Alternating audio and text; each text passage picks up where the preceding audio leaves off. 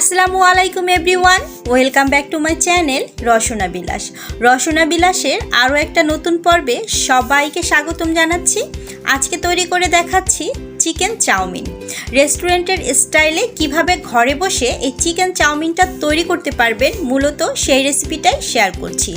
Chinese আইটেমগুলোর মধ্যে কিন্তু এই চাউমিনের রেসিপিটা অনেক বেশি জনপ্রিয়, ছোট থেকে বড় সবাই খুব পছন্দ করে। চেষ্টা করেছি ঘরে থাকা উপকরণে খুব সহজভাবে আপনাদের সাথে রেসিপিটি শেয়ার করার জন্য। আশা করছি আপনাদের কাছে ভালো লাগবে। আর আপনাদের কাছে অনুরোধ করব পুরোটা ভিডিও স্কিপ না করে দেখে যাবেন, তাহলেই কিন্তু বুঝতে পারবেন আমি আসলে কোথায় কী কী ইনগ্রেডিয়েন্টস ব্যবহার করেছি। তো চলুন ভিউয়ার্স, কথা না বাড়িয়ে মূল রেসিপিতে ফিরে যাচ্ছি। চিকেন চাউমিন তৈরি করার জন্য প্রথমেই আমি এখানে 1 কাপ পরিমাণ চিকেন এরকম ছোট ছোট টুকরো করে কেটে নিয়েছি। এবার এর মধ্যে দিয়ে দিচ্ছি 1 চা চামচ পরিমাণ আদা ও রসুন বাটা, 1 চা চামচ দিয়ে দিচ্ছি লাল মরিচের গুঁড়া, 1 টেবিল চামচ দিয়ে দিচ্ছি সয়া সস, আর দিয়ে দিচ্ছি 1/4 চা চামচ লবণ। লবণটা বুঝে দেবেন যেহেতু সয়া সসে লবণ রয়েছে। এবার সব কিছু খুব ভালোভাবে একটু মিশিয়ে নিতে হবে।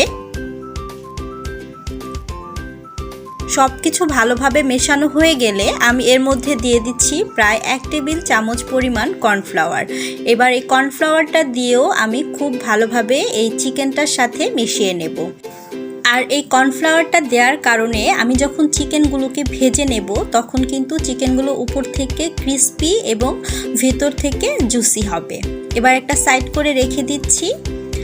আমি অন্য একটা পাত্র নিয়ে নিচ্ছি। এর মধ্যে আমি প্রথমেই দিয়ে দিচ্ছি 1 টেবিল চামচ পরিমাণ সয়া সস,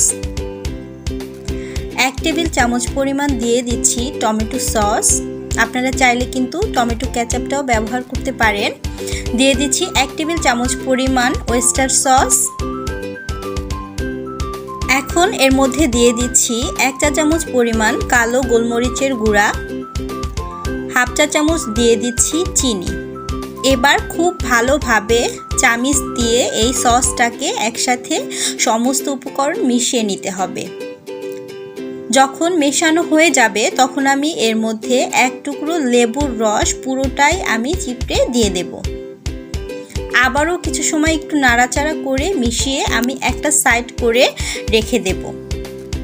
এখন আমি আপনাদেরকে দেখিয়ে দিচ্ছি চাউমিন করার জন্য আমি এখানে যে নুডলসটা সেদ্ধ করে রেখেছি, এই নুডলসটা কিন্তু আমি লবণ তেল দিয়ে পানির মধ্যে খুব ভালোভাবে একটু সেদ্ধ করে নিয়েছি। আপনারা যে কোনো ধরনের নুডলস দিয়েই কিন্তু এই চাউমিনটা তৈরি করে নিতে পারবেন। এখানে প্রায় 200 গ্রামের মতো নুডলস রয়েছে। অন্যদিকে চুলায় একটা পাত্র বসিয়ে এর মধ্যে আমি 2 টেবিল চামচ পরিমাণ রান্নার তেল দিয়ে তেলটা গরম হয়ে এলে আমি যে চিকেনটাকে ম্যারিনেট করে রেখেছিলাম সেই চিকেনের টুকরোগুলো দিয়ে দেব। আর চিকেনের টুকরোগুলো ভাজার সময় অবশ্যই একটু চেষ্টা করবেন চিকেনগুলোকে এরকম ছড়িয়ে দিতে, যাতে করে খুব ভালোভাবে এপিট ওপিট দুপিটি সুন্দরভাবে ভাজা হয়।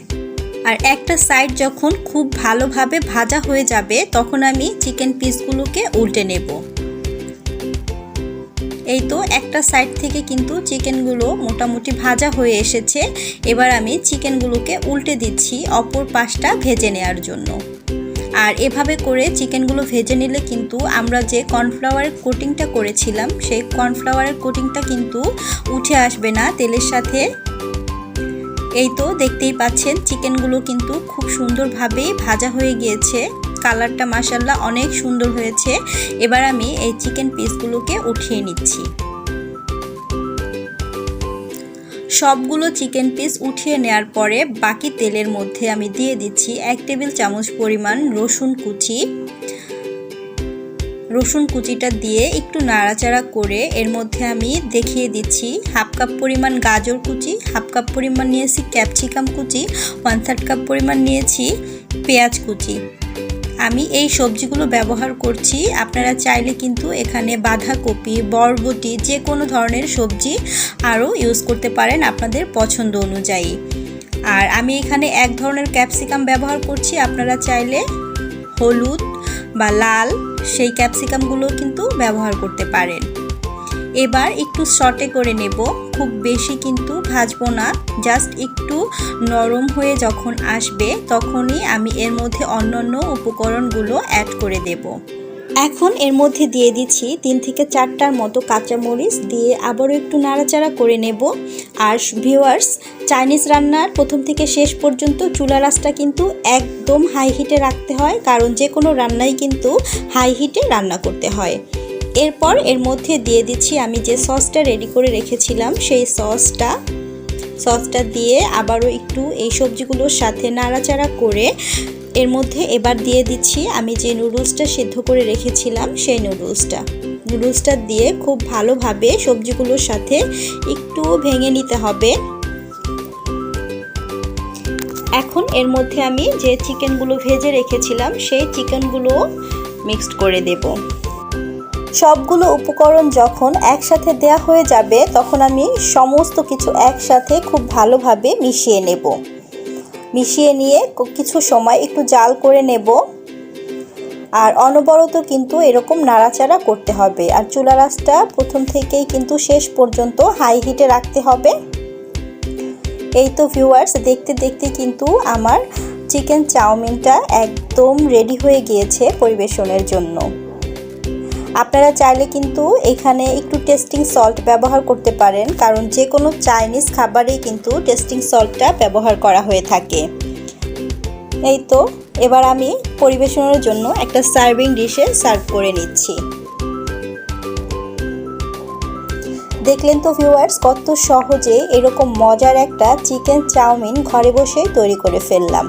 আশা করছি আমার আজকের রেসিপিটা আপনাদের কাছে ভালো লেগেছে, আর এটা দেখতে কতটা কালারফুল এবং ইয়াম্মি হয়েছে আপনারা ভিডিও স্ক্রিনে দেখে নিশ্চয়ই বুঝতে পারছেন।